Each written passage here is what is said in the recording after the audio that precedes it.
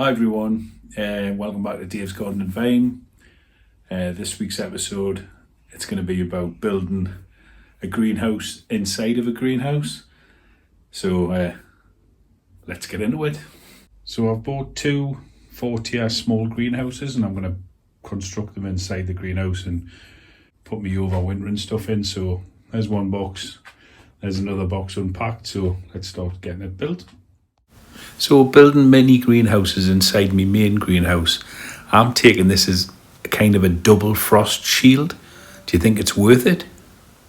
And in a minute, I'll show you the one mistake that nearly made the whole thing collapse when I started loading it up, so hang around for that. So that's built. It obviously comes with a cover, but I'm going to do some potting up now and then put the cover over and utilise this for overwinter plants.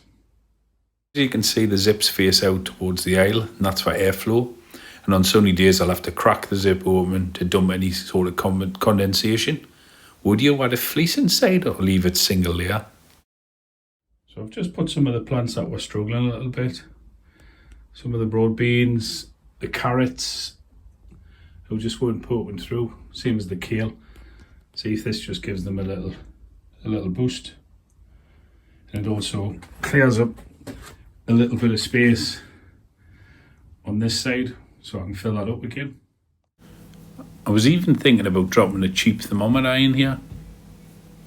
And if you want a 7-day sort of mini versus the normal greenhouse temperature test, if that's something you'd like to see, drop temps in the comments and I'll film it.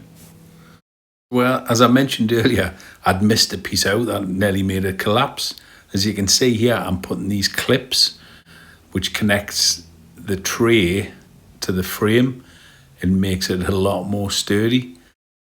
I imagine each of these tiers fine for seedlings, but I wouldn't go loading like full watering cans or anything like that.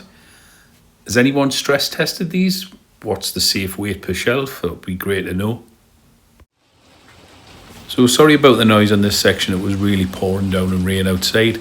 But my plan is with these mini greenhouses is to store me sort of early seedlings and to protect them from frosty nights. And then I can rotate when things get a bit better. I can move them out into the greenhouse so they're slightly more exposed to the cold. So that's the plan. And come spring, these mini greenhouses will move outside as cold frames, so I'll get my whole greenhouse back. So now you can see I've got two mini greenhouses either side of my vines, and I've taken everything that I have on the trays other than these ones here, so I can pot up some more veg. So hope you've liked the video, and if you can like and subscribe, that would be brilliant. Costs nothing, but really helps us out. So catch you in the next one, and apologise for the rain, but it is winter time.